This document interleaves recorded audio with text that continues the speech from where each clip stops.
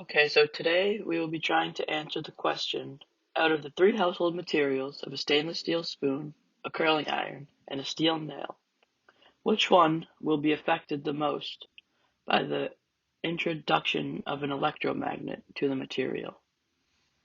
This is a simple electromagnet here. It consists of a battery, and then there's a wire that goes up and it curls all the way around. This is an iron nail, but you can do it around anything. And it comes back down and connects to the other side. We'll get more into detail of the difference between an electromagnet and a magnet later in the slideshow.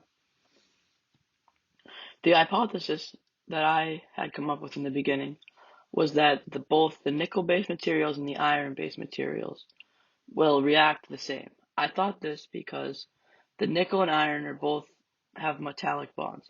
This means that the electromagnets are free to move around between one or more atom. This is called delocalization. Because of this, iron and nickel are both good conductors of electricity, meaning that they will both react almost the same when being introduced to the electromagnet. This is the atomic structure of nickel. You can see the atomic number and the weight. This is the atomic structure of iron, which you can see the same information as the nickel one. A quick background on magnets and electromagnets. The difference between a magnet and electromagnet is that a magnet is a self-sustaining magnetic field caused by north and south poles and charges. An electromagnet is a coil that wraps around a piece of metal to allow electricity to pass through, making it a magnetic field. A magnet is a self-sustaining magnetic field. It doesn't need the electromagnet to help it stay. Here you can see there's this different image of an electromagnet where you can see the same elements of having a battery and a positive negative side that's connected to the wire that's wrapping around a material. Here, this is a permanent magnet that has a north and a south pole, and it's majorly based off of the material. It doesn't have as much to do with if it turned on or off.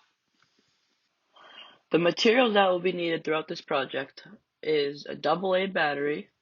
I bought a pack of 4 because it was a lot easier to not have to use the same hot battery after every trial.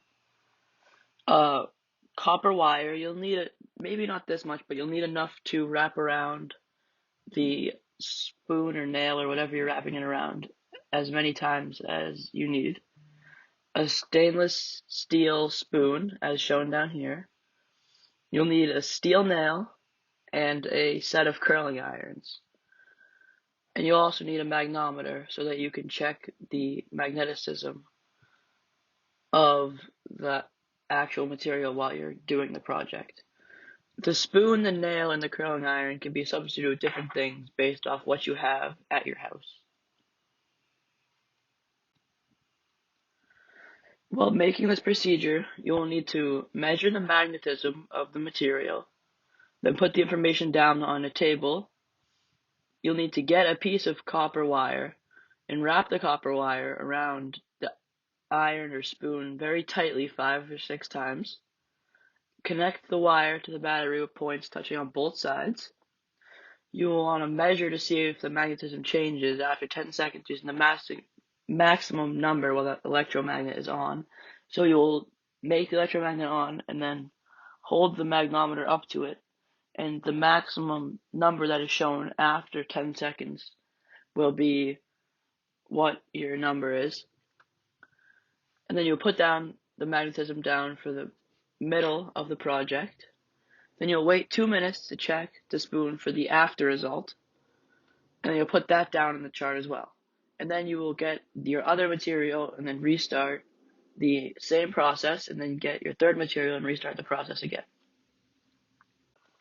These were the results after I had finished my trials.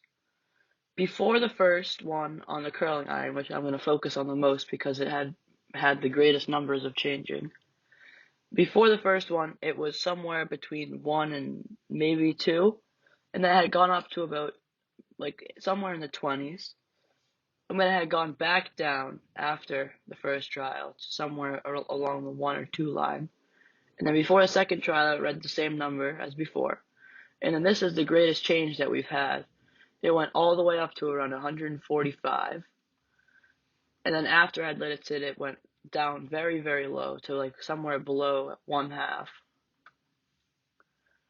And then before the third trial, it was back up to like the 1 or 2 range where it had been before. And then during the third trial, it had gone up to around 60, 69, 70. And then after the third trial, it had gone back down, as you have seen in all of them. As after it goes right back down to where it began. The stainless steel spoon had the second most change, where it had gone from somewhere down here below 0, below 1, I mean, all the way up to somewhere in the 6.5, 7 range. And then it had gone back down.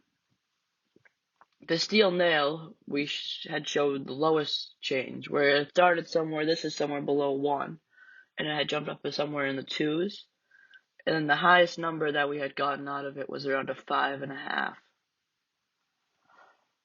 In conclusion, I had realized that the curling iron was the best conductor of the electromagnetic energy. The original hypothesis was that the nickel and iron-based materials would have the same effect after being introduced to the electromagnet. But shortly after I did my trials, I realized that the curling iron, which was made of primarily iron, had actually had the most significant changes. The top 2 changes were both by the curling iron, with one change over 140 and one change somewhere around 65. These changes had led me to believe that the iron materials were actually more reactive to the electromagnet's energy than the nickel materials. Thank you all for watching.